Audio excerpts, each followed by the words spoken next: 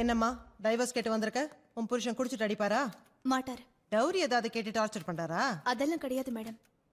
பின்ன வேற பொண்ணோட சகவாசம், இல்லீகல் கனெக்ஷன், ரேசு சூது இப்படி ஏதாவது? அந்த மாதிரிலாம் எதுவும் இல்ல.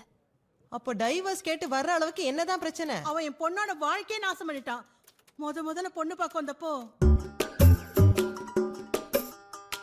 முதலாளி இப்படியே வெக்கப்பட்டு குனிஞ்சிட்டு இருந்தா எப்படி? நிமிர்ந்து பொண்ணை பாருங்க.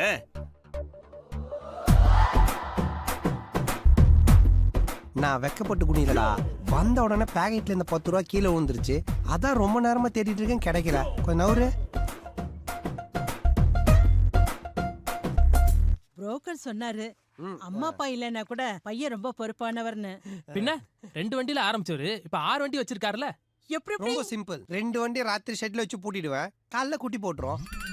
பின்ன என்னம்மா, என்னுடைய கடின உழைப்பு. ஓ, நிறைய ரெகுலர் கஸ்டமர் இருப்பாங்க போல இருக்கே. சேச்சே, நம்ம வண்டியில ஒரு தடவை ஏறின கஸ்டமரு இன்னொரு தடவை ஏறினதா சரித்திரமே கிடையாது. ஒவ்வொரு முறையும் ஒவ்வொரு கஸ்டமரு. ஆனா ஒரே ஃபேமிலியில பல கஸ்டமரும் கிடைப்பாங்க. என்னதான் சொல்லுங்க, வர விலைவாசி ஏறினதால வண்டிங்க சைஸே சுருங்கி போச்சு.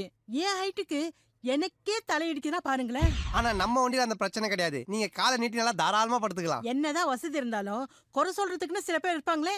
அதெல்லாம் மத்த வண்டியில. நம்ம வண்டியில ஏறினதுக்கு அப்புறம் வாயே திறக்க மாட்டாங்க. அதுக்கப்புறம் தான் பேச்சு மூச்சே இருக்காதே. நீங்க சொல்றத பார்த்தா அவர் எதுவும் தப்பா பேசின மாதிரி தெரியலையே. இவ்ளோ நேரம் வந்தால் வண்டின்னு சொன்னது டிராவல்ஸ் காரோ கால் டாக்ஸியோ இல்ல. பாத்து மெதுவா திரும்ப. டேய் ஆப்பிரிக்கா, சொல்லுங்க முதலாளி. வா. அடையாறுல போய் பாடி ஏத்திட்டு பெசங்களை திரும்பி இறக்கிடு. 4:30 மணி பவர் கட் ஆயிடும், அதுக்குள்ள முடிச்சிடு. டேய் சைனா, இங்க வா. நேத்து சில்லுன்னு கிட்ட 4 பீர் வாங்கி ஐஸ் பாக்ஸ்ல வச்சேன். அந்த பாக்ஸை கொடுத்து அனுப்பிச்சிட்டு இருக்கானுங்க. போனத்துக்கு கீழே இருக்கும், 10 ரூபாய் எடுத்துட்டு வந்துரு. எவனா சாப்பிட்டு வந்தது குடிச்சிட போறா. போ சீக்கிரம் போ. சரிம்மா, அதுவும் ஒரு தொழில் தானே.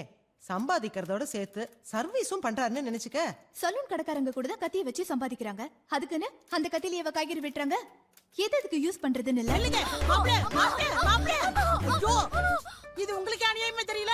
தலை பிரசவத்துக்கு போற பொண்ணை இப்படி பொண்ண வண்டியில ஏத்துறீங்களா? ஆம்புலன்ஸ் போன் பண்ண வேண்டியதானே. அவனுக்கு ஓட்டுல போற வழியில குழந்தை பிறந்துடும். என் பொண்டாட்டி வண்டியில 10 ரூபாய் கொண்டு போறேன். நீங்க நவுருங்க. குலுங்கல்ல ஆஸ்பத்திரி கூட போகாம வண்டியிலே பிரசவம் ஆயிடுச்சு. அதுக்கப்புறம் என் பொண்ணு ஸ்கூல்ல அவளை எல்லாரும் பொன வண்டியில பிறந்த பொண்ணுன்னு கிண்டல் பண்ண ஆரம்பிச்சிட்டாங்க. சைலன்ஸ். எங்க சார் உங்க கிளையண்ட்? அது வந்து மேடம், சிட்டியில பன்னி காய்ச்சல் பரவி இருக்கனால என் கிளையண்ட் கொஞ்சம் பிஸியா இருக்கிறாரு. அடுத்த வாய்தாவுக்கு கண்டிப்பா அட்டெண்ட் பண்ணிடுவார். இப்படியே ஏதாவது சொல்லி 6 வாய்தாவுக்கு வரல. உங்க கிளையண்ட்டுக்கு ஸ்பீக்கர் ஆன் பண்ணி போன் பண்ணுங்க.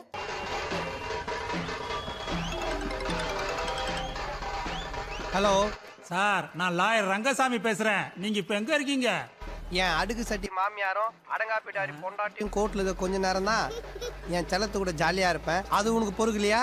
உங்களை ஜட்ஜமா கூப்பிடுறாங்க சார். ஏம்பா, ஆள் வரலாம் வேற கேஸ் பார்க்க சொல்ல வேண்டியதானே. ஃபோன் பண்ணி கூப்பிடுற அளவுக்கு புது கேஸ் கிடைக்காம போர் அடிச்சா அவங்க புருஷன் டைவர்ஸ் பண்ணிட்டு அந்த கேஸ் நம்ம அட்டன் பண்ண சொல்லு. ஓ, இந்த வக்கீல் விட மாட்டார் போல.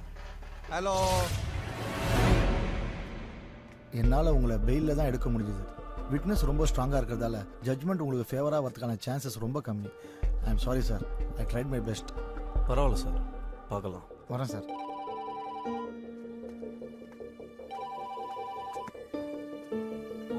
ஹலோ.